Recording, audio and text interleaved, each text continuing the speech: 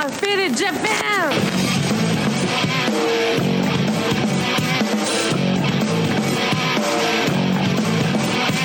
Yeah, all the time I'm on business. I'm all about my business, but I ain't got no briefcase. Yeah, all I got's some whiskey. Open and the whiskey, bring it to you. Yeah, I'm leaning up against the door, and my feet set to the floor, and we're messing on go. Yeah, I've been in before.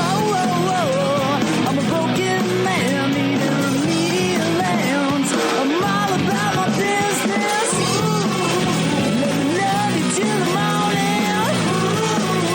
Let me love you till the morning, yeah. What's up, faders? Welcome to yet another action-packed episode of Got Faded Japan, and I am your host, Johnny. And as you fine folks know, Got Faded Japan is about two dudes, booze, Japan, and the man here, the news. And faders, this is episode number 723, which is a very lucky number, and we are all very lucky to have the man, the myth, the legend, DEMSKY on the show once again. DEMSKY, welcome to Got Faded Japan. Good to see you, man. Man, it is great to see you, man. I mean, you're so busy touring all over the country, all over the world, that for you to make the time to come here and Got Faded Japan, I am just honored. My heart is crying in joy right now. Hey, same here. Same here. I'm just happy to be with you.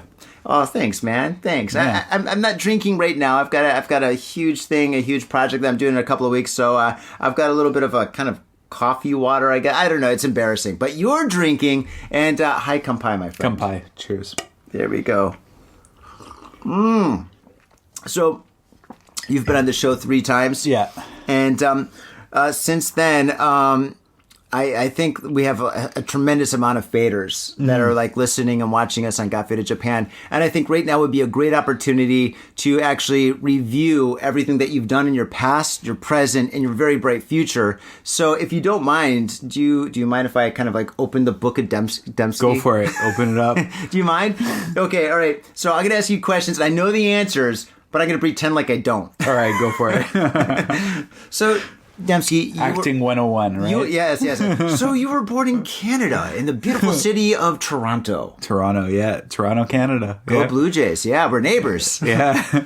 Oh, man, I love Toronto, by the way. It's one of my favorite cities in the whole world. Yeah, it's a beautiful city. It's very lucky, very multicultural. Very much. And good restaurants, too. Yeah, I think that's when you have that multicultural vibe, you're just going to get all the food together, all the good authentic spots, but also the fusion spots as well, and it's delicious. This toque is from like an Italian joint because it was that damn good. Awesome. Yeah, my original memories of Toronto is being a little kid and going up there for Boxing Day. Oh, yeah. Yeah, we go up there for Boxing Day. And then when I got a little older in my teens, I go to Toronto for the raves, because some of the best raves, I don't think Toronto's the Midwest. Would it be considered the East? Because I'm from the Midwest, but anyway, the best raves were in Toronto, because Toronto in the 1990s had jungle music. Yeah. Well, it's funny. The East would never call us the East. The West will never call us the West. Even the middle part, we would never be recognized. So in a funny way, we are kind of the South, which is very weird to say about Canadians. I'm from southern Canada. So you can say that, but I can't. Is that like one of those things? The dirty South. If the dirty American says it is bad.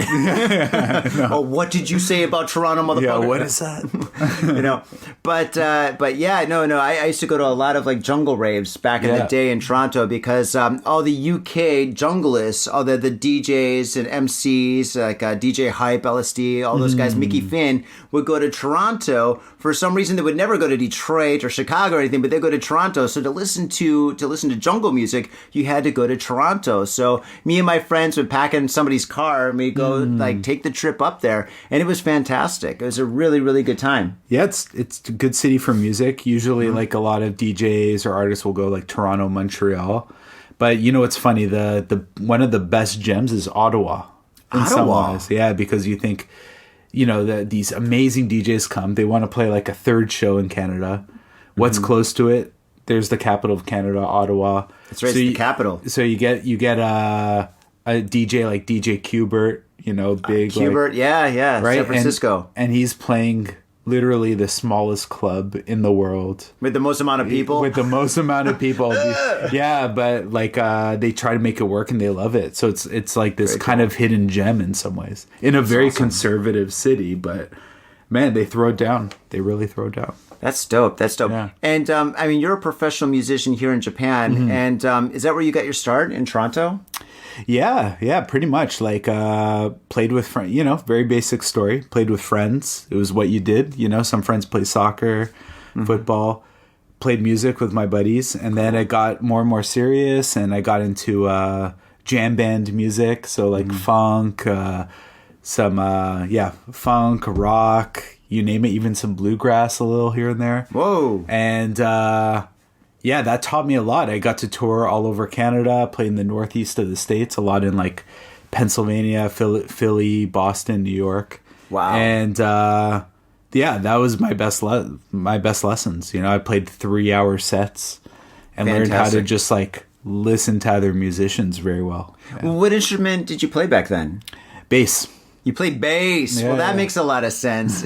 So you went from playing bass to DJing? Yeah, pretty much. The thing is, I always played this music, this ambient music. But, I always played this ambient music, but I just didn't have enough gear to make what I personally wanted. I wanted maybe more folky kind of things, but I didn't have the acoustic guitar or this kind of music equipment, this music interface or anything like that. So all I had was my computer. So I just that's how I started. I downloaded Reason and started making these ambient kind of sounds. Reason. Wow. I remember Reason. Yeah. And that's pretty much it. And then I kept making that on the side, kept growing. And then 4 years ago, I decided, you know what? I'm going to try to do this on my own.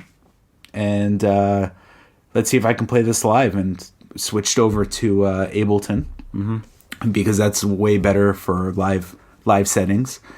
And my first ever show, you had Justin on recently.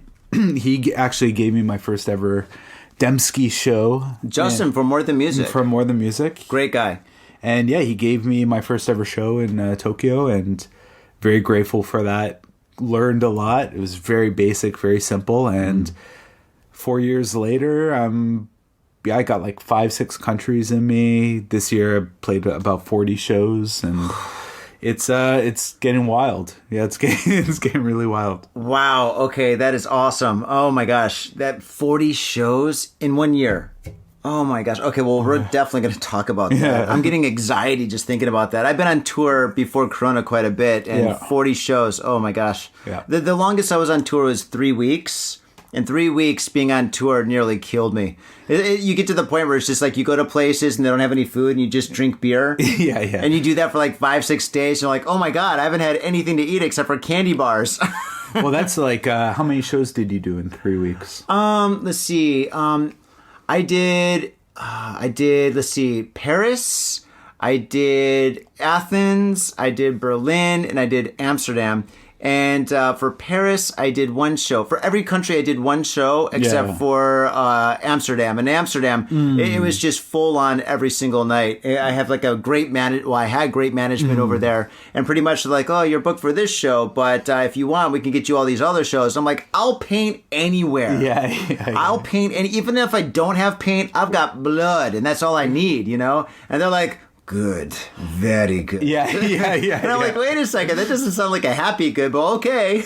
Yeah. But so it wasn't that much. But the thing is, it's just when you go there, when you go on tour, you're kind of the famous guy kind of thing. I'm not famous, but the thing is, you're there, they take you out, and every night they have a dinner or something planned for you or something. Totally. There's always something planned and stuff. So I guess I do eat, but awesome. I want to talk about your music now. Go for it. Yeah. Now, I just heard I've known your music for ages, and I just heard your latest album, and your latest album is just absolutely, wow, it's different. It's really different. It's very different. Yeah, it kind of reminds me of Richie Houghton when he was Plastic Man. Okay. Yeah. But it's not a minimalist Plastic Man. It's Plastic Man with a really live electric soul. Yeah. You know, because like your songs, you can listen to them and you can dance to them, you can think to them, you can work to them. Mm-hmm. It's just like, I mean, they're really full on, but it's got that minimal kind of like Plastic Man-esque to it. You know, Right, I don't know how cool. to describe it. It's so mathematical too. There's so many layers and so many things going on where it's just mind blowing. Mm-hmm. You know, I found it really, really exciting to listen to your music. It was really cool. My favorite track was Revolver. Oh, right on. Yeah. Yeah, when I listened to all of them, I liked them all. They're all great. But Revolver, I think, was definitely my favorite. I love that the sample that you took from that. It was like some kind of a movie from the 70s or something. That's right. Network. Yeah, Network. That's it. Yeah. Yeah. I'm mad as hell. I ain't gonna take it anymore. Yeah. Yeah. So, I mean, that was great. When I heard that, I was like, I know this voice. I know this. That's kind of cool, you know? Yeah. And it just worked out so well. And, and another thing about your album is that I think it's a concept album. It will always be a concept album. for Okay, sure. great. I thought so. Has to be. It has. Oh, great. It has to be. Yeah. Nailed it. Yeah. There's no when you make I cannot release something that doesn't feel like a novel. You know, Yeah. or a story. You know, Yeah, well, I didn't get a novel. I got like an adventure. Yeah. You know, like an epic audio adventure. You know, remember like those little like records they used to buy when you're a little Yeah. kid, and it's like, all right, kids, turn to page number 1. Yeah. In the beginning, there's dinosaurs, roar. But it's like that with beats and good music. Yeah. No, it's pretty. For the most part, it's like in some ways, it's a very dark album. Oh, It's very dark. It's very it should be very beautiful at times, but it's got to be very dark. So Revolver, the idea of Revolver is like the idea of the Russian roulette. Like you spin like the barrel, kind of. You don't know when it's gonna like. they know Russian roulette. Okay. The Scott bullet's Fitted gonna Japan. hit. All right, fair enough. Scott Fitted Japan. Yeah. So like it actually is about the guy 2 years ago on Halloween that was dressed as Joker. Remember that guy? I never met him, but I know You him. never met him, Yeah, right? yeah. So we covered him on the show. yeah, so you cover on the show, and then like I was on the train just before him. Shut up. Yeah, I was on my way to. I'm like, what? Why isn't this train moving? I got to meet my friends for beer. Like you're meeting your friends for doing whatever, and I like literally just missed that train. Wow. And then that happened, and the guy had the most honest answer. And he's like, listen, I lost my job. I have no one to talk to, all this stuff. And I just had to let it out. And it was just so honest. And I felt him. And no one actually was like listening to him. So that was the idea of Revolver. It was the idea of that. It was that one shot, the one bullet in the gun kind of thing. Mm-hmm. And then if the beginning is kind of dark, but the end is like the idea of like, I guess, America in the sense of, everyone's always expressing their opinion in the U.S. Maybe way too much, right? Mm-hmm. But at least they rest their mind, when they do that, right? Mm-hmm. Here, it's like I wanted to show people that they can rest their head and just talk about it, so you don't have to explode, And that's the idea behind it. Wow. Yeah, so it's like so the ending should be very beautiful because you let it out and then you can live a normal life and grow, That's it. There you go. So that's Revolver. What about the rest of the album? The album, the title is The Man Who Touched the Paper Sun? Oh, the man of science who travels to the paper sun. Yeah. Yeah. That's more of my like so the man of science is this Mr. Know-It-All guy because everyone thinks they know everything now. Oh, yeah. I've got Google. Right? So like I want you to, in a sense, kind of picture it as like, is it not Alice in Wonder, Wizard of Oz. Uh-huh. Where the first part's black and white and then goes into color? Mm-hmm. Yeah. Right? So like the man of science is like this really rigid, like I only think this one way. And then when he gets to the paper sun, it opens up into this land of wonder. Mm-hmm. And it's kind of like that. It's kind of like my homage to Wizard of Oz in that sense of the idea of like, oh, I have so much more to learn and stuff like that, right? And so it's like the cover art, everything is based upon that. Okay, excellent. And for all you faders that are watching us on YouTube, and you should be watching us on YouTube, here is an image. It's actually a flyer for your upcoming show.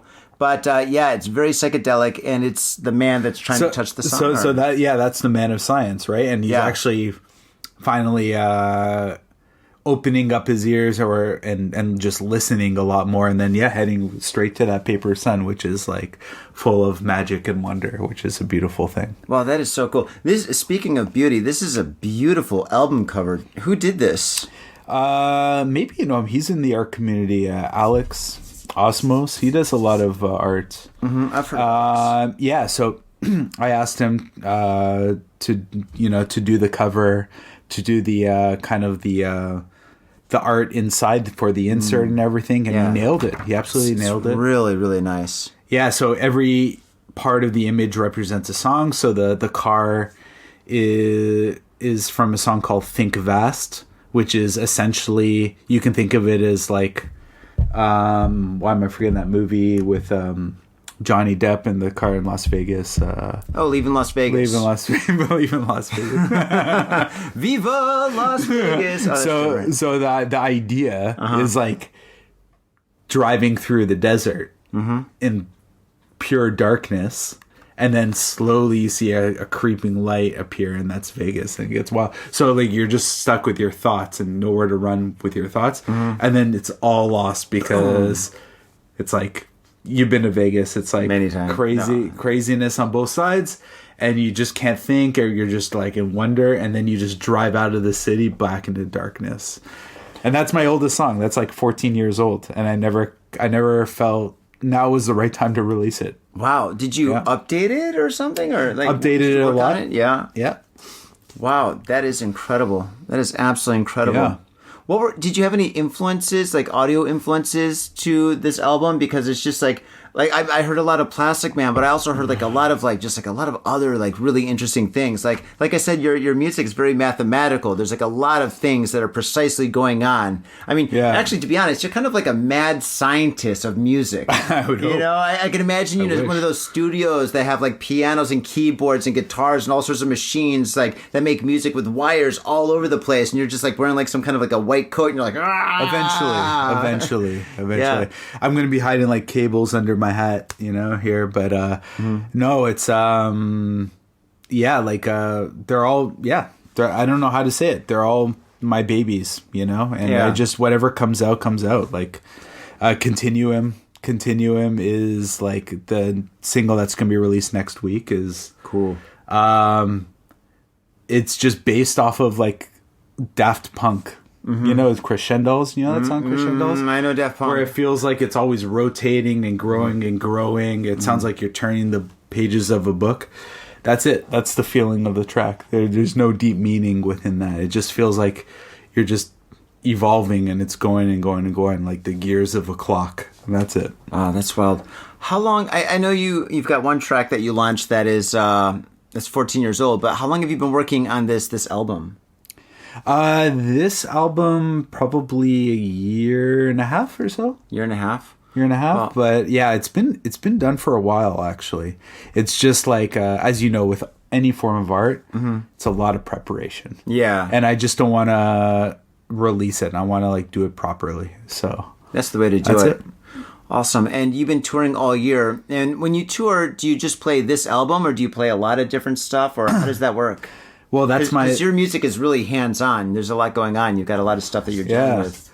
Well, no, that's my jam band roots there, right? I want to make every show completely different. I got to let her out. Give me a second. Yeah. We'll edit this on in post. Yeah, no problem. I've got a little feline that wants to move. Here's the door. There you go.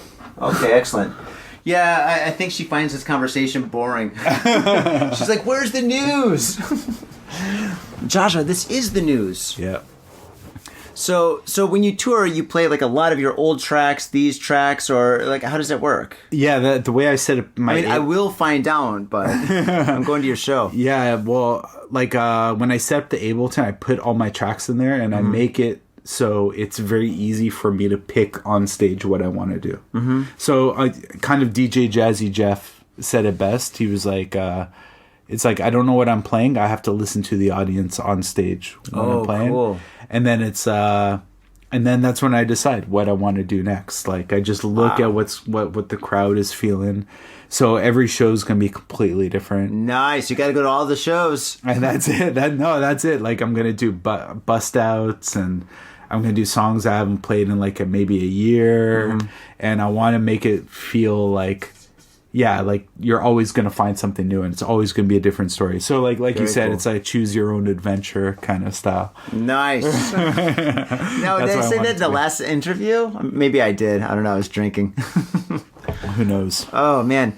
And, okay, so now let's talk about touring, okay? Yeah. So you've toured all over Japan. Yeah. Okay. Is there any major difference between Tokyo and other parts of Japan? Like, is the audience different? Is the sound different? Or is it generally pretty unified? It's very different. Tokyo's a different beast altogether. I think Osaka is like that as well. It's just because it's so big that there are so many different communities within it that it's hard to it's hard to navigate. You have to be picky of which community you want to play in. When you're in a smaller town, like I was in Onomichi, Tokushima, Wakayama. Yeah. There's one, maybe two communities, and they're tight and they're big, and they all support each other, and everyone gets involved. Like whether you're doing like music or art or food, and it's incredible. And it's really, really like everyone is just so appreciative that you're there. I love it. Tokyo's fantastic, but yeah, it's like any big city. You have to work for it, right? Wow, that's really powerful. Yeah. I didn't know that Wakayama was like that in other parts of Japan. Like, I mean, when I used to paint live, like all the time, I mean, I still do in Tokyo, but yeah, I mean, the only difference between like Tokyo and I only painted in Tokyo and Okinawa and Osaka, but the difference between Tokyo and Okinawa was Okinawa had a lot of soldiers. Yeah. I went there, I'm like, wait a second, is this New York? They had such a great balance of food. I loved it there. It was like, I couldn't get my Japanese food, but I know the taco is always there, the burrito. So I love Okinawa. I love it. Yeah, it's like, again, I'm Canadian, right? So I get a little bit of America. I get two different countries that I'm a part of, you know? Yeah. So it's really great. Yeah, have you ever tried umeshu? Yeah, of course. Yeah. Wait, is it the one that's the one that's from Okinawa, right? Is it umeshu? No, it's aomori. Aomori, that's it. Okay, all right. Yeah. Here, give me your beer. I need to start drinking. Yeah. No.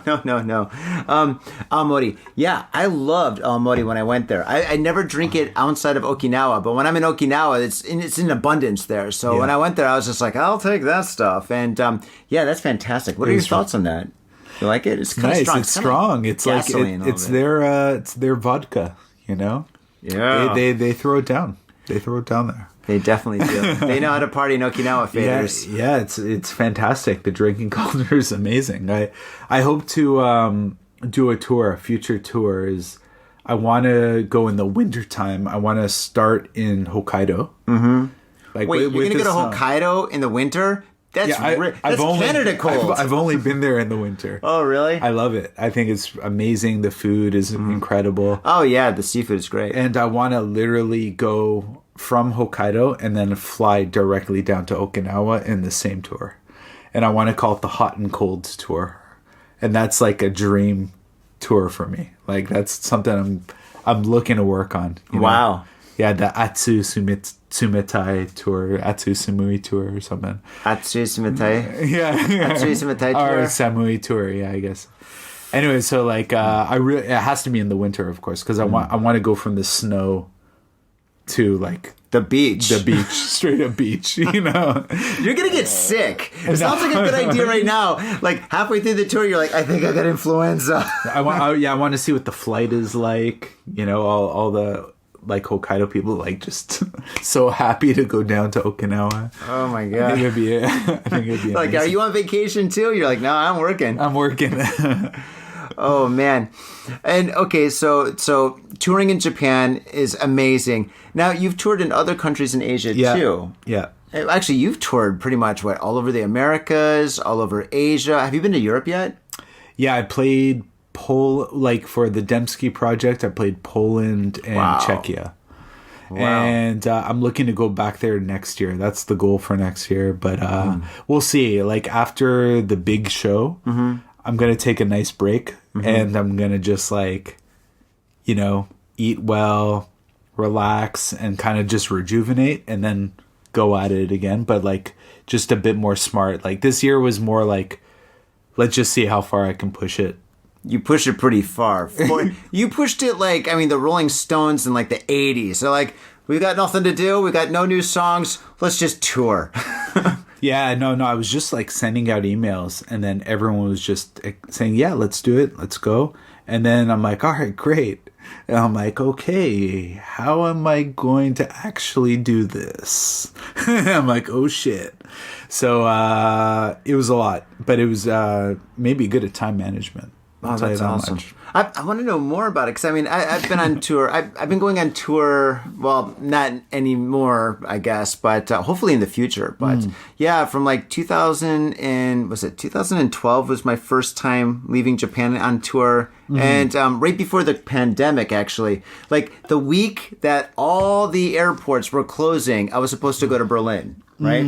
And I was just calling the promoters. I was just like, should I go? They're like, yeah, Johnny, just get to the airplane. Everything will be cool. Don't worry. I'm like, all right, great. Everything's cool. And then the next day I'm like, hey, bossy, is everything okay? Yeah, everything's cool. Yeah, don't worry. And then like one day before, like everything closed down, he's like, hold on a second, Johnny. I was like, bossy, come on. You got to tell me, man. And yeah, after that, things changed, as we know. But yeah, going on tour for me was, it was so punk rock. It was so punk rock going on tour, and I loved every second of it. It's hard, but you know what? When you sit maybe it's a cafe or you sit by a river in like a different city or town, and then you're like, I'm fucking here. Yeah, and that's it. Cool. And when you just have that's all you selfie. need, really. Just one moment. I better capture this with a selfie.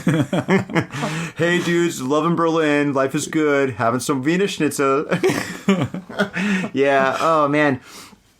But for me, I always got, not always, but sometimes I got an option. They're like, do you need some kind of a hotel? Or do you mind staying at a promoter's house? Or I have a friend who has guest room. It's up to you. I'm like, I'm going to stay at somebody's place. I wanted to get the full experience. So, I slept on floors, sofas, guest room. I slept everywhere. And I loved it, because in that experience, I got to really experience the countries that I was staying at. How about for you? When you go on tour overseas, is it the same thing or do they give you hotels or? Yeah, it's both. It's always a mix, right? In Prague, it was a hotel. Poland, I just stayed with good friends. It was half-half. Half-half. I was there. I played about 5-6 shows in Poland all over the place. Wow. And it was fantastic. You're right. Like you want the full experience, right? Go to the grocery store with them, just see what's there. Yeah, grocery stores. Like just look at the fucking cheese selection and bread and like Europeans know how to rock cheese. Like, I don't even need to eat it. I'm just like buy it for my friends. Like that's I think that's illegal to bring that overseas. No. I'm just gonna buy it for you guys. Oh, okay, all right. And then leave it. Yeah, no. You don't get busted at customs for cheese. Oh, dude, Demsky, he's in jail for what? Cheese. Yeah, stinky cheese with mold. Yeah. It's actually a fact. You can get in trouble for bringing cheese. They tell you that at the airport. You're like, what cheese? Fuck that. I got cheese in my pocket. I think miso is more dangerous, right? Miso is a big one. Is it really? Miso? Miso, yeah. Why? Yeah, you can see it. Like when you go to the airport, you'll see like they'll show a picture of like no jars. That like square jar of miso, that cube. Really, miso's awesome. Yeah, it is. Yep. Don't bring it over. Wow, the things you learn. Straight to the pen. The things you learn on Got Faded Japan. Oh my goodness. Now, what about like in Asia? Like Asia's kind of new for you. Outside of Japan, of course, to tour around in. So, which countries have you been to? Right now, so I was in Taiwan. Cool. I'll probably go back soon. Nice. I was in Malaysia. Wow. And actually, Malaysia just started as like just vacation. Just like I love Kuala Lumpur, good food, good culture. It's like kind of reminds me of home, has that multiculturalism, like Asia multiculturalism. And then I just got like, you know, I get really into it, and I'm like, what do they have a music scene? What's it like? They do. Started researching, and I found the best communities. Really? Absolute best communities, and they really were welcoming, helped me out. And it's sometimes hard. It's a very conservative country. It's very Muslim, right? So you know, like there could be crackdowns from the police and stuff like that. But there are some communities that are like tightly knit in like really cool parts of towns. Like it looks like an abandoned area, but they turn it into this whole art community with museums, studios, record shops, and everything. And I played 3 shows out there. 2 of them sold out. Nice. And you know, of course they did.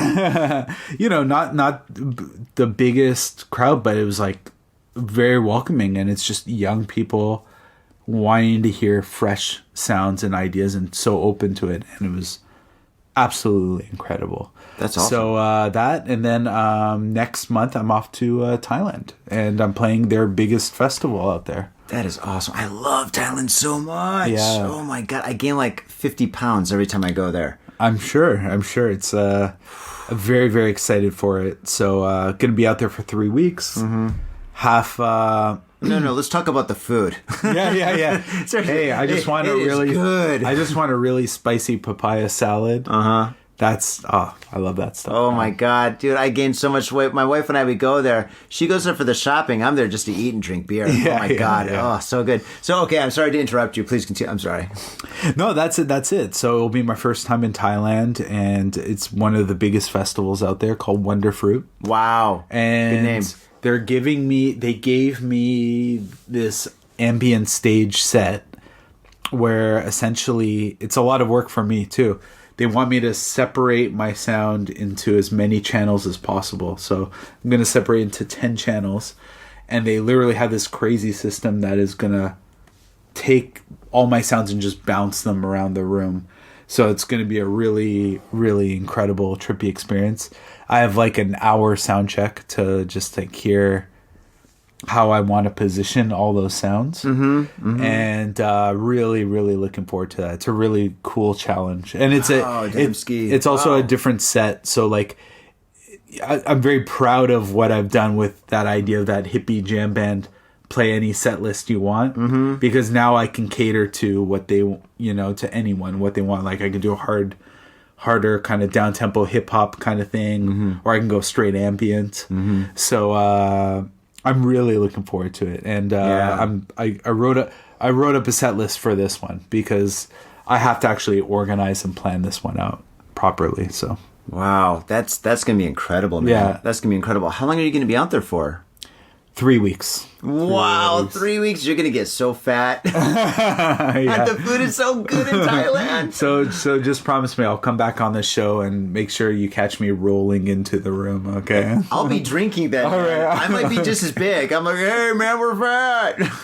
We're the fat boys. The fat boys. Oh man. Oh dude, that's awesome. That is so incredible. I'm so happy for you, man. Thank you. That's great, man. Because I've kind of seen. Well, I have seen your career completely progress to where it is now, and it's just. I mean, 40. Oh my God, 40 places in 1 year is just. Oh my God, that's uncanny. Very lucky guy. Very lucky. I've met some good people. They treated me well. That is great. When you meet people, like, how do you connect with them? Do you use like Instagram, Facebook, Resident Advisor, all of the above? Just use Google? Yeah. Google. Mostly, I would say email and Instagram for the most part. Sometimes Facebook, and that's it. Like, just send to everyone, and see what bites. Right. Wow. And I plan on, I want to tackle some prefectures I haven't hit up yet, like Shimane, Totori, Miyagi, and not Miyagi, Iwate. Iwate, just because no one talks about them, but I know that they got something there. They got something. Yeah, they're or they're you hiding can start something there. Yeah, honestly, like I was in Fukui. And you would never know it, but they have an amazing music scene there. It's incredible. Wakayama as well. They had the best like DJ bars and like a museum where you can play music. It's right by the beach. It's really, really cool stuff. And they just keep it to themselves. And that's really something, you know? Yeah, that's honorable. Well, can I ask, what is like the most bizarre place that you played at? Like, did you play at like maybe an abandoned police station, or I guess like a school where kids are like running around or something? Or... When I was playing bass for in Japan, with this one Japanese artist, and then I played in Prague. It was my first time we played in an abandoned church. An abandoned church? Yeah, well, it's weird because like the church was abandoned, but they moved the actual church just to the side to this small like little hut kind of thing. So like if you wanted to use a washroom, you actually have to walk through the church where there's service happening at that time. We were seeing like a baptism or something. Like, yeah, it's sorry, like I'm really, gonna take a leak. Yeah, and then we're playing this just abandoned part of the church, and it was all DIY, and that was incredible. Wow, yeah, that's pretty cool. All right, I got to ask you some questions for like the faders. Like for all you faders that want to start music in Japan or want to come to Japan and like start something here, like in your opinion, what does it take to become a professional musician in Japan? I think it's like anywhere, right? It's you just need to try for the most part, don't you think? It's like I just think you need to push at it, and if you really want it, set a goal. And then write down, how can I reach this goal? And then, okay, I need to contact these kind of people, make a massive list of as many people as possible and just email all of them and see what bites. And you got to try things, right? Because my first year, I literally tried every single room. I played every kind of show. And then now I'm at the point where I'm like, my sound works with this type of room and this type of ambiance. That's it. Really, awesome. You have to find your niche, right? Just keep on doing it. But you have to keep on doing it first and try. Yeah. Excellent. Wow. Okay. And all right. So if somebody wants to do music with other people in Japan, you just recommend just sending out messages, like just a whole like spider web of like emails, and just wait for somebody to like contact you. Yeah. Yeah. But you know, like when I played out in Poland, pretty much I looked at all these venues that I liked. I'm like, oh, this is cool. And then I went on Facebook and I looked at their events, their event pages, right? So look at that. And then you can research. Yeah, research. And then you build see connections. You'll see the promoters, or you'll see artists, and just look at what the artists are creating. And then like, this artist is fucking dope.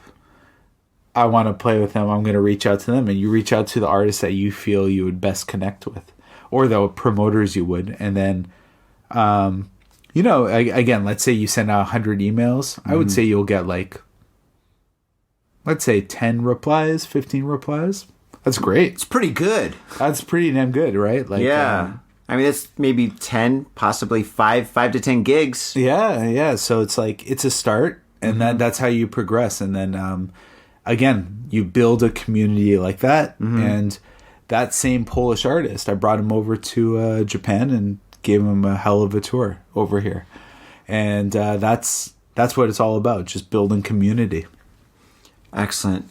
And okay, when you do go on tour, what are some things that you need to bring? Like, for example, of course you need to bring your audio equipment, but what are some other things that you could recommend for somebody that's just going to go on tour now? Or maybe they're going to come to Japan for the first time and they're going to go on tour, like maybe to like 3 or 4 different cities or something. You don't have to bring a lot of t-shirts. Bring like just one solid t-shirt. You don't need to wash so often. Like some good pants. yeah, like this. You know, I wear this on tour. Like, you know, a lot of underwear, socks. That's always needed. But what about merch? Merch? So merch for me, I got my vinyl. I got my new vinyl coming out. It looks amazing. I want one. Yeah, it's incredible. It's incredible, actually. It's a clear disc. Yeah, it's really, really something. And I got socks on the way. You got socks? Yeah, I got. You got a sock guy. Yeah, wow. so I don't even have a sock guy. So that song, the man of science travels to the paper sun. the man of science. I'm going to call the socks the man of socks. And that's it. It's such a stupid name, but I love it. That's pretty bad, and right? It's just like this. Gotta be honest with you. This guy on it. But yeah, it's so bad. I can imagine something. The man of socks? No, socks. The man of socks. Yeah, I'm like, it's so stupid that I love it. Dude. All right, that's cool. I'll buy a pair. I'm going to call it the man of socks, and and then together it'll be and a sticker. Good sticker. You know, good stickers always go a long way. Right? So why not t-shirts? It's hard. I don't think I can pull off a good t-shirt design. I think it's just... What? Yeah. Look at this. Dude, look at this. Dude, I got a t-shirt guy. You got a t-shirt guy? Dude, I have a t-shirt guy. I'll think of it. Look at this. This is one of my paintings. Yeah, my t-shirt guy made me a bunch of these, which is on my website. It's built in. That is a great t-shirt. But look at the quality. Look at all the colors. Look at all the colors that's in there. That is very good. Yeah, this is an extensive... With a link below right here. Yeah, right. And you can get yours from here. But no, I mean, look at the quality. So, I mean, you could absolutely get this picture, like the graphic for your album on like a shirt just like this. You know what? I've never felt confident enough to make a t-shirt design. Really? Personally. Just use this. I should. I know. Just use this. I don't know. You probably sell more albums. Like I would like to do a toque. If I did a toque, where toque would be dope, especially like, now. Again, like just like the car or like the man right here, you know, or something like that. What if it just said like DEMSKY and like kind of like old like 1970s like font? Yeah, that'd be kind of cool. But it's like, I wanted to still have the concept within it. You know what I mean? Yeah, I see what you're saying. But I hear what you mean. Yeah, right. And also, you know, the car, the license plate says DEMSKY on it. So. Oh, I didn't catch that. Yeah. So it is customized. Gnarly. Yeah. Viva Las Vegas, dude. Dude, you shouldn't have said that because now everybody that buys your album, they'll be like, so that is the car from Leaving Las Vegas. Yeah. Oh, so Fear and Loathing in Las Vegas. Fear and Loathing in Las Vegas. Did I say Leaving Las Vegas Leaving before? Las Vegas. I did. Totally different movie. Have you seen that movie? No. So depressing. Oh my God. All right, don't watch it. Yeah. It's a heartache. Fear and Loathing in Las Vegas. I even read the book. How come I mixed it up? Yeah. I don't know. It's pretty late. But awesome. Okay, now, finally, I need you to plug. Yeah. Plug. Okay, so how can people find out about you? How can people book you? And where can people buy your merchandise? Of course, it's all going to be in the show notes. If you go to the show notes, it's right there. But I want you to say it just to remind everybody where they need to go. All right. So pretty much, if you just type in DEMSKY, you're going to find probably 3 people, okay? One's me, right? The other one's like a Spanish guy. He's a Spanish graffiti artist. Oh, that's cool. He's really cool. And you know what? When I was on Twitter, I had the at DEMSKY and stuff like that. And people would tag me all the time for his events in like New York and stuff. I would just always retweet them. I'm like, that's fine with me. Like, that's cool. Pay it forward to a fellow DEMSKY. It's very rare to come across. Nice. So it's that or my brother. My brother will be up there as well, right? You don't retweet him, do you? I'll retweet him. I'll retweet. All right, Charles. I'll respect all the DEMSKYs, right? So any one of those is fine. That's how I see it. And not being great. But yeah, DEMSKY or DEMSKY Music. And then pretty much it's everywhere. That's fantastic, man. That's great. Faders, you know where to go. I mean, dude, I'm serious, dude. Your music is really good. I mean, it gives me like goosebumps, dude. It's great. It's great driving music. It's great working music. It's great dancing music. It's just all around great music, you know? And the thing is, like, I mean, every musician that I have on this podcast is great. Everybody I've always respected. I love their music. But I mean, dude, seeing your career just progress and your music just get better and better. Because I mean, your last stuff was great. And this is even better, dude. Actually, to be honest, I can't even imagine. I mean, I'm going to start crying. I'm like, what's he going to do in the future? He's got nowhere to go. The next one's already in the works. What? And it's actually some of the tracks. What I've been doing actually each year is I've been going up to Nagano. Love Nagano. Yeah, renting a cottage. You do? too. Oh my god, my wife and I we did that in Niigata, right next to Nagano, dude. Yeah. Oh my god, it's like the best place up there. Oh my god, it's so amazing. enchanting. It's so awesome. It's silent, and just get like a big bottle of like Nihonshu, some sake, and then like just learn like a new technique. Yeah. And I wrote some really cool stuff that I'm really excited about. And again, they're still young. Like the stories develop with time, but the ideas are there, and they're really they're really exciting. I'm really excited to release that whenever that comes, and maybe in a couple years or so. Wow. So, all right, another thing to have if you come to Japan and you want to be a musician is drive. A lot of drive. More passion than you can even fathom. Oh, my God, dude. And you've got it. Yeah, I mean, you just launched. You haven't even launched this yet. You're just releasing, the first track, what, last week? Next week. Next week. Oh, well, I kind of got a preview. Yeah. You got the whole thing, yeah. Yeah, I mean, yeah. So in the future, faders, this will be available to you guys. And, oh my goodness. And so you're going to launch that, and you're already working on like the next album. That is wild, dude. The Beatles didn't even do that. The Beatles like, we just finished this album. Let's chill for a year or two. Well, yeah, I'm trying to catch up with someone like Jimi Hendrix then, who released like how many albums in 4 years or something. Like he had what was it? It was 1966 to 1970, and his collection is just insane. How many did he release? Oh, I don't know, like so many, and it's Really? like, yeah, he's an inspiration a long time ago, and just like, yeah, the amount of content he just released out there before he passed away, which is the day before my birthday, right? So I always remember that. Yeah. So, but he was the man. He had soul. He put everything in his guitar. Yeah, no, I love Hendrix.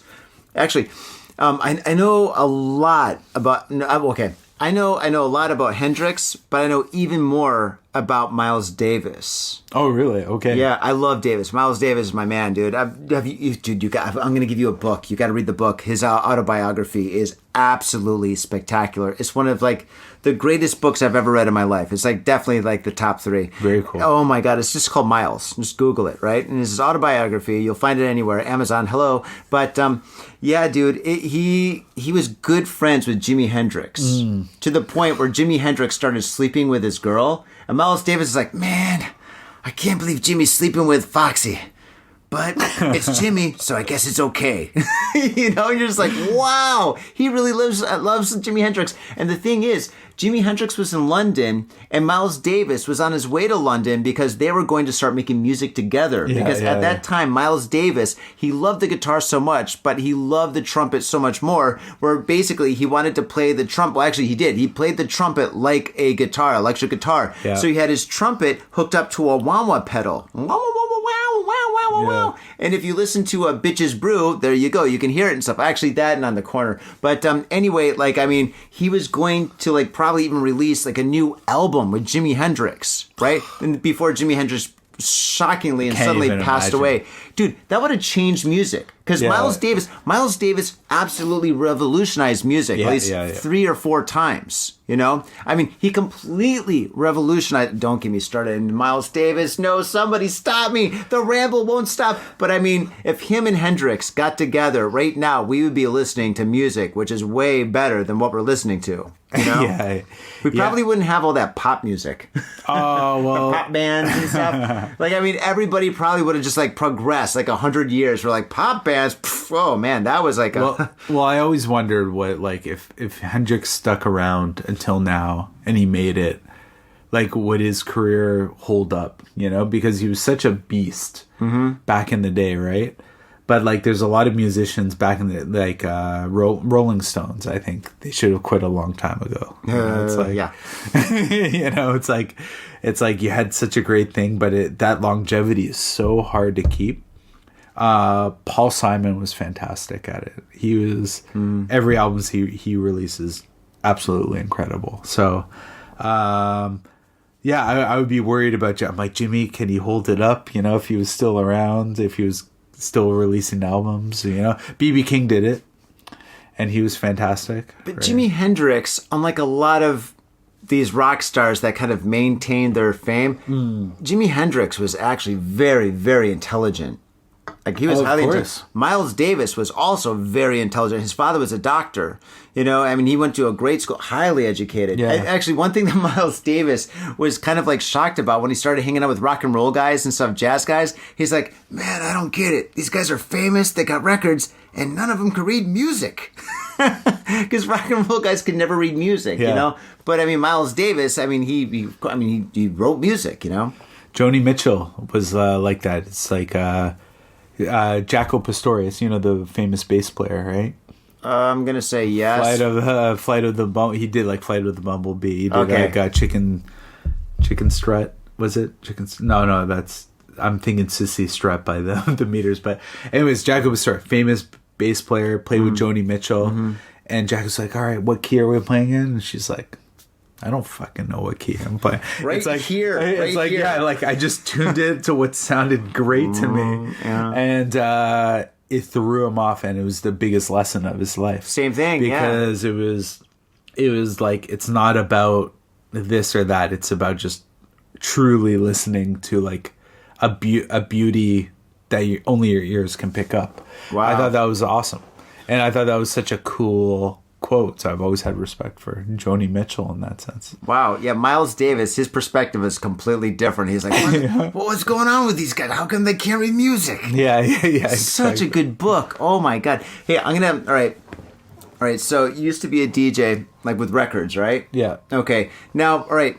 When we go to a club, or when anybody goes to a club and you hear a DJ and they just play one track after another track after another track, and it's seamless. Do you know where that came from?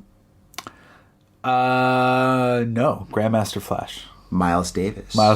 Because Miles Davis used to play, I mean, just like all great jazz musicians back in the day in like North Harlem, they would play one track and then they would talk after the track. They're like, ladies and gentlemen, is everybody having a good time? And that's Miles Davis. His voice is very husky. That's why I'm doing that. He's like, is everybody having a good time? We've got ABC on this, the bass. We've got da-da on the piano, blah, blah, blah, blah, blah. All right. And our next track is blah, blah, blah. And they'll play it and then they'll stop afterwards and they're like, all right. So is everybody tipping the waitress? You know, they would talk in between, like, you know, the songs. Kind of like what they do in a lot of live houses here in Japan. Yeah. Now, the thing too much in Japan. They do sometimes. But Miles Davis, when he got more seasoned in his career, he's like, man, my voice hurts. I don't even want to talk to these people. We're just going to play one song after another and after another and after another. And if these motherfuckers don't like it, they can leave. And then he said that in his book. So he started playing all his music together, one track to another track to another track to another track to another track, seamlessly. And if you listen to Bitches Brew or On the Corner, the whole album is like that. So if you're listening to Bitches Brew, you're like, man, this is one long song. And then if you look at the record or if you look at the CD or whatever, it's like track number 8. You're like, oh. there was a good but that's where that came from. The DJs are just like, yeah, Miles is right. Let's just play all the music seamlessly. And that disco guy stole that from him. Which disco guy? Do you know? The disco guy? The discos guy. In the 70s. Disco. You can find the link down here. All right. All right. What's a good name from the 70s? Disco Craig. Disco Carl. Stu. Disco Stu. There you go. Disco Simpsons. Oh, wow. Okay, I'm sorry to interrupt you. Yeah, no. You know, there were these two bands in the jam band scene in Canada called Jimmy Swift Band and Grand Theft Bus. And they were awesome. They were really, really great. They would always tour together. And they would do seamless sets where it would be like Jimmy Swift Band would play 2 tracks. They wouldn't stop. And then Grand Theft Bus would come on stage, join them. And then Jimmy Swift Band would slowly go off. And then Grand Theft Bus would start. And it would just be a 3-hour show. Wow. And that was incredible. That was an incredible time in music. That was like early 2000s or something like that. That was a good time in music in general. Totally. Wow, that's incredible. Okay, so faders. All right, well, you know what to do. You know where to go to get this album, because when I drop this, I'm going to drop this probably in a couple of days. So awesome. Your tracks will definitely be out like soon after that. So faders, go into the links, click on them, reserve. Can they reserve albums or? Yeah, next week. it's going to be the Continuum single is going to come out, but the album is going to come out next year, actually. So this is the... tell me about the show. Yeah, you got to play right here. So this is my EP release party, and I rented out a theater for it. Nice. And I'm going big, doing with all my really good friends. January 14th, perfect. January 14th, it's going to be what my biggest show of ever, and then I'm really excited to share this with everyone. But next week is going to be Continuum, the single Continuum, and pre-orders for the vinyl, which is it's a clear disc. It looks absolutely beautiful. I'm gonna bring it to your beautiful event coming up. You can sell them there if you want. All right, I'll bring them on out. I've got a merch table. Amazing. Yeah, Tokyo Art Tank. Yeah, that's gonna be incredible. So when you wait. come, it's gonna be.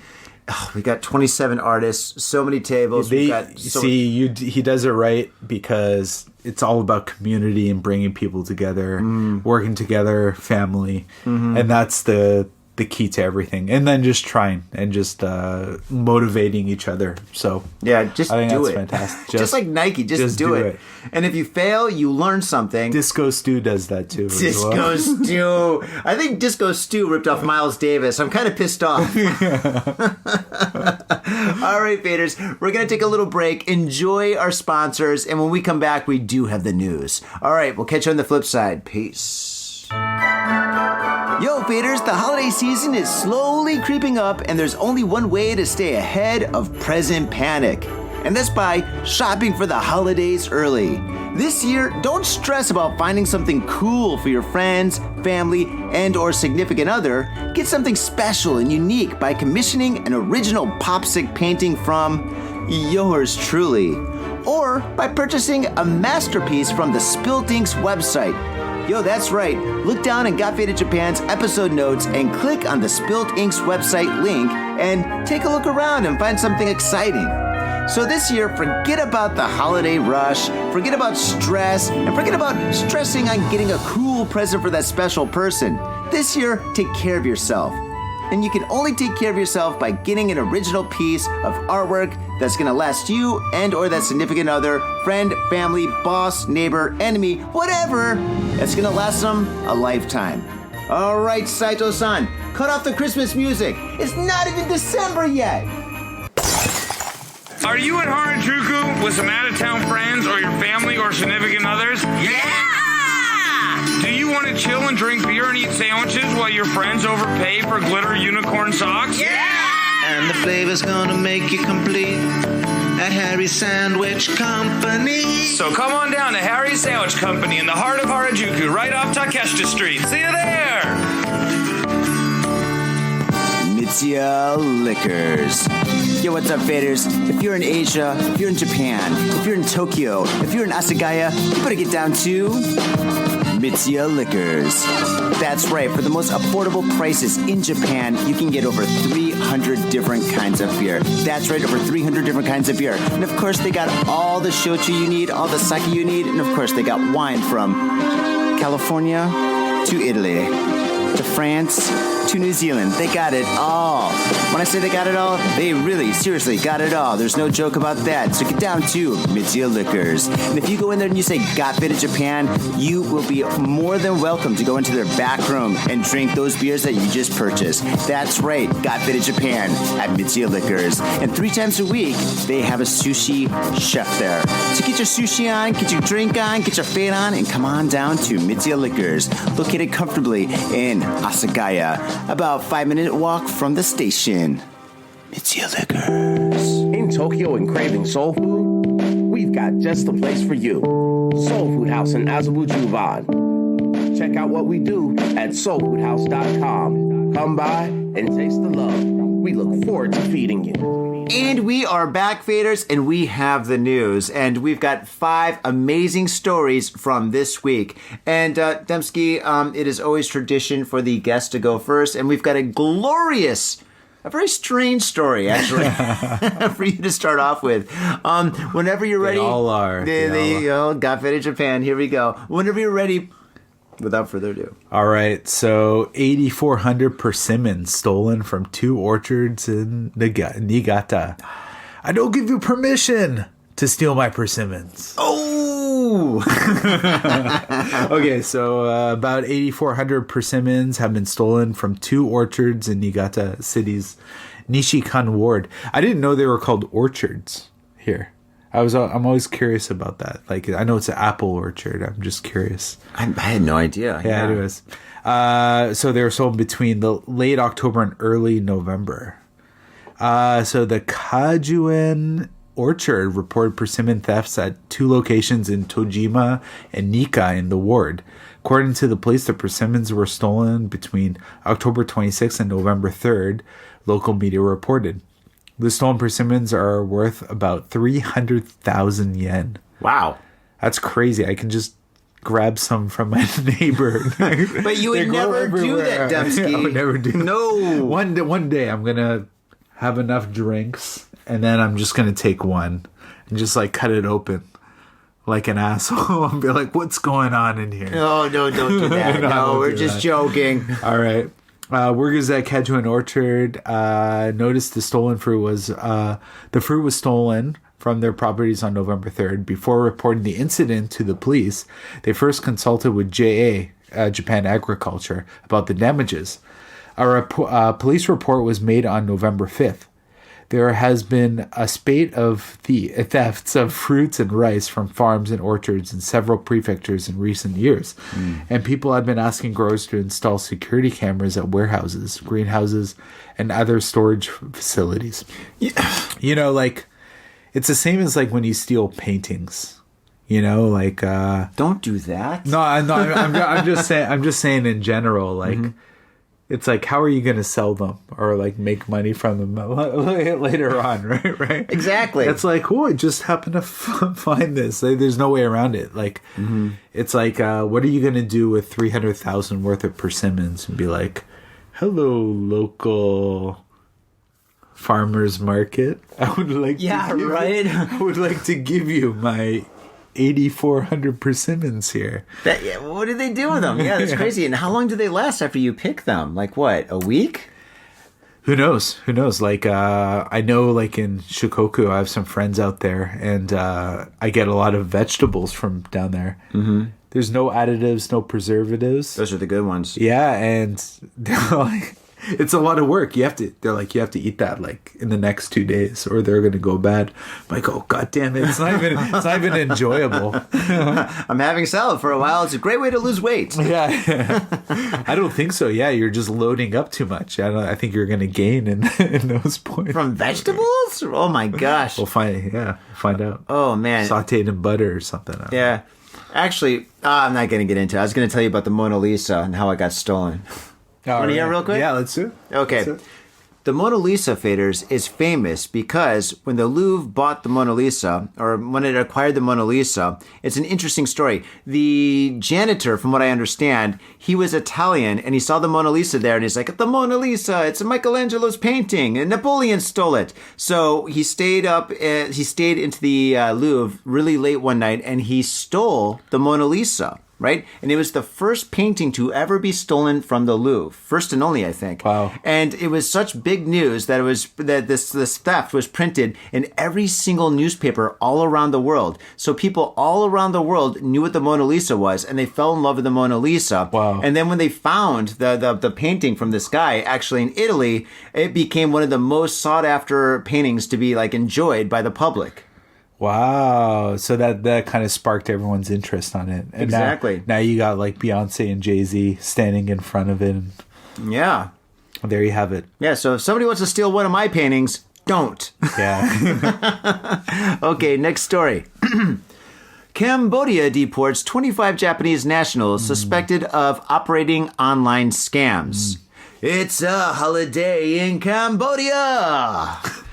That's Dead Kennedys. Dead Kennedys. Yeah. Oh, really? Yeah. Holiday in Cambodia. Great song. One of my favorite songs when I was a kid. I'll check that out. Yeah. And we don't really need to read this whole article. It's actually, this is basically, these guys were operating online scams in Cambodia. They got busted, and they got deported back to Japan. And my question is about this whole article, and that's pretty much what the article is about.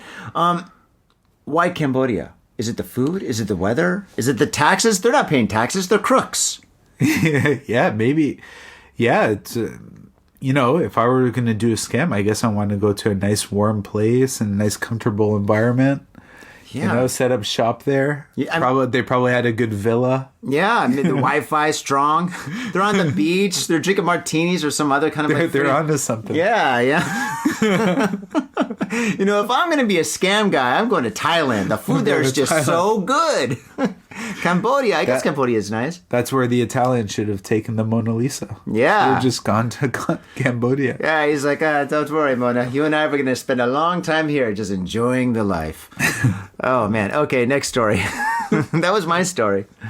Okay, so man arrested in connection with attempted pachinko parlor robbery, resulting in injury. Dun, dun, dun. All right, so police in Nakatsu, Oita Prefecture have arrested a 23-year-old man on suspicion of attempted robbery, resulting in injury at a pachinko parlor in May. Wow. According to police, Yoshiyuki Omori, a temp worker, entered the A1 Yahata pachinko parlor.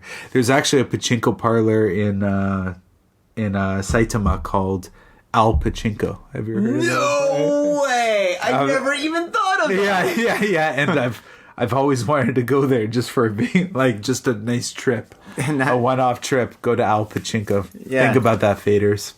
Anyway, so parlor in Kitakyushu City's Yahatanishi ward at around 11:25 p.m. on May 29th, local media reported. After seeing a female employee in her 60s in the prize exchange booth, he pushed his way in, covered her mouth with his hand, and shoved her to the ground, threatening to kill her if she didn't stay quiet. Omori then forced the woman to open the safe, but she resisted. He instead stole her smartphone and fled. He's like, score! Now I got Twitter. It's like I stole her smartphone and that half-eaten candy bar she had. At least I got something out of it. Okay, so she suffered some injuries to her neck and back. No. Omori was identified after analysis of surveillance camera footage and arrested on Tuesday. Yeah. Amazing. That's crazy, man. What a bad idea on top of a bad idea. Playing pachinko is kind of a bad idea. Robbing a pachinko parlor, oh my, do you know how many cameras are in there? It's like a casino. Kind of. There's cameras everywhere. So, yeah, this guy wasn't using his brain at all. Not at all. Not at all. Oh my God. Would it make more sense if it was at Al Pachinko? It'd be a better story. Probably it'd be a better story. Yeah. A better story. Oh, man. Okay, things not to do in Japan. Okay, speaking of, 5 arrested for Shinkansen ticket fraud. Damage may toll 300 million yen. How many Canadian dollars is that? So it would probably be around, I guess, 2.8 million. Jesus Christ! 2.8 million. Jinkies! And wow. Then, we're closer to the yen than the U.S. is right now, right? Wow. Oh my gosh, that's a lot of money. This story took place in Osaka. Mwah. I love you, Osaka. A Japanese and 4 Chinese nationals have been arrested for allegedly using other people's credit card data to purchase Shinkansen train tickets online, police said Monday, with the damage possibly totaling to more than 300 million yen. The suspects including... I'm not going to name these names. It's going to be so bad. Yeah. Somebody, a 28-year-old Chinese citizen with no fixed address, and Yoshisuke Hayashida, a 55-year-old Japanese company employee living in Kobe. They have been sent to prosecutors. About 140 million yen in damages have been confirmed in the case that the police have established, but the total damage could be larger, with around 780 people's credit card information likely to have been unlawfully used. All right, I'm going to check my credit card tonight. The 5 in collusion with others, are believed to have purchased bullet train tickets on the website of West Japan's Railway Co. and Kyushu Railway Company, and printed the tickets out at JR Shinosaka Station and elsewhere between February and April. The police suspect that the 5 were using credit cards that contained other people's information. Hayashida allegedly bought the stolen tickets from the 4 suspects and sold them to ticket resellers.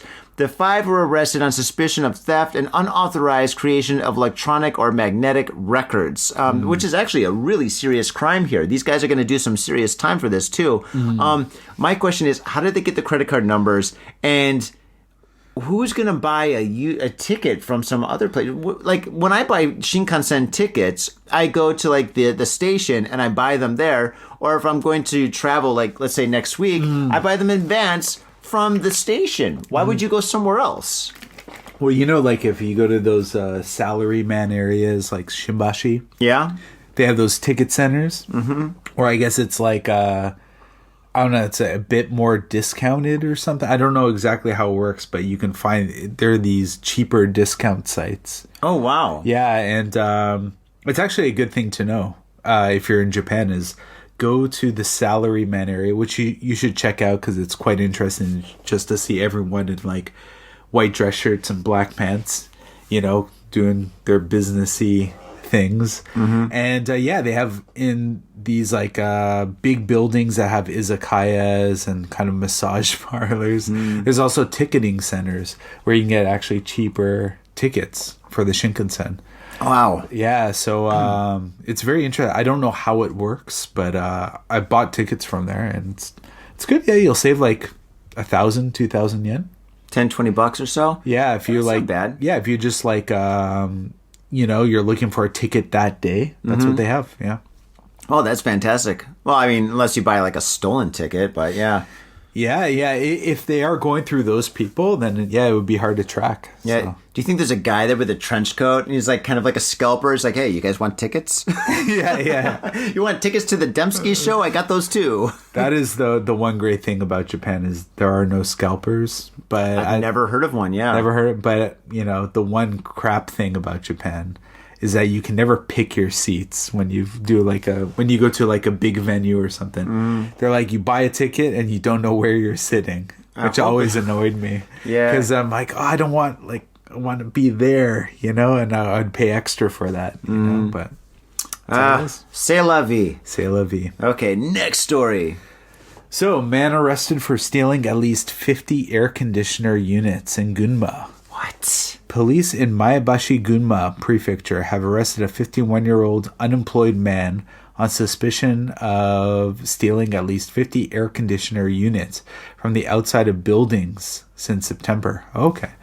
Police said Shigeki Ishizaki was arrested Friday on suspicion of stealing 2 units from outside the Ogo branch office of the Maebashi municipal government in the late September, NHK reported.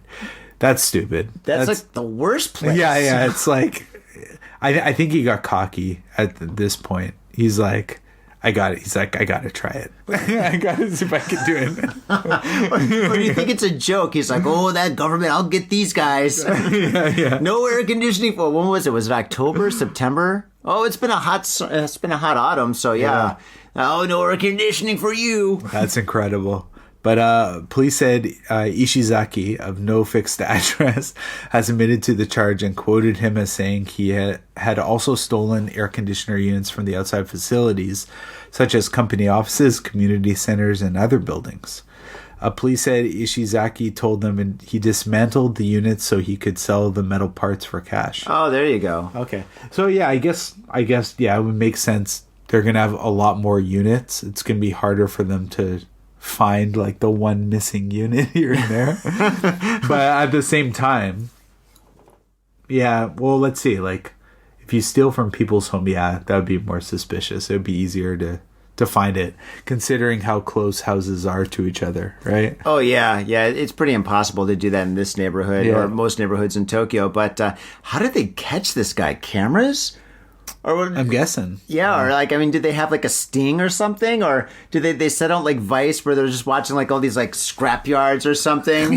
The same guy just keeps on coming with the same pickup truck with air conditioners or something like that. Like, how did they get this guy? Now, that's where the real story is. And where is he putting them? Where is he putting all these units? Because he has no fixed address, right? The park? He's just in the park, like, breaking down all these air conditioners. Oh, my goodness. Out of all the things to steal, I mean, this happens in, like, you know, like cities like Detroit and, like, other cities that have, like, abandoned houses where people just, like, go into, like, an abandoned house and just steal all the copper, you know? Yeah. And they'll just, like, completely strip the inside. They'll pretty much just gut the house, right? Yeah. And they'll just take all the metals and they'll just sell it at a strip yard. Strip joint. They'll sell them at a strip joint. Where is my mind tonight? I need a drink. That's how you tip people. I tip them. You want some copper? You want some metal, baby? Yeah. Yeah, throwing copper. He's making it rain. And it's painful. Oh, my gosh. But, scrap yards. That's what I have to say. All right. Well, that was the last story. And obviously, it's late and it's time to get you home and for me to probably go to bed. It's been a long day. Faders, I want to say thank you very much for tuning into this very special episode of Got Faded Japan. And DEMSKY, my gosh, dude, it's so awesome to see your career just like bloom and just go into so many amazing directions. I mean, geez, man, when we first met, you were doing some incredible stuff. And now it's just like, wow. I mean, the sky's the limit, dude. Seriously. I mean, Eon, he's going to go to Mars. I mean, you might as well go with him and set up like the first like real mega concert because I mean, you're shooting for the stars and you're actually going there, man. It's awesome. Same with you, man. No. So like, I'm really happy to see everyone just grow together, and that's a really beautiful thing, you know? Thanks, man. Let everyone, I want to see everyone live their best life. Yeah, and that's a really beautiful thing. Live your best life. Don't steal air conditioners. Yeah, don't do that. That's dumb. And throw copper at strip joints. Yeah, you know, your strippers don't like copper. I mean, if you got gold, they'll take gold. They'll take silver. I mean, some of them might even take, like, I don't know, platinum possibly. But yeah, that's heavy. Anyway, DEMSKY, thank you so much. Yeah, man. Thanks a lot, man. All right. Awesome, man. Faders, you know what to do. Go to iTunes, give us a 5-star review, write something groovy. Go to YouTube, subscribe. We're all over the internet. So if you want to see all the goofy stuff that we like, upload on Instagram and X and all those other places, Facebook. It's all there. Just Google Got Faded Japan. And if you're listening or watching us for the first time, thank you very much and share this with your friends. On that note, peace. My own brother, a goddamn shit-sucking vampire. Oh, you wait till Mom finds out, buddy. I've got a government job to abuse and a lonely wife to fuck. As far back as I can remember, I always wanted to be a gangster. God, the pressure! I can't take it!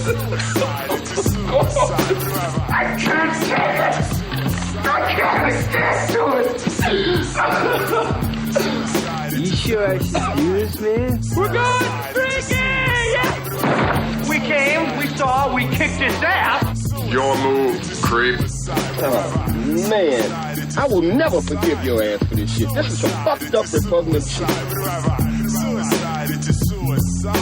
Ah, fuck it, dude. Let's go bold.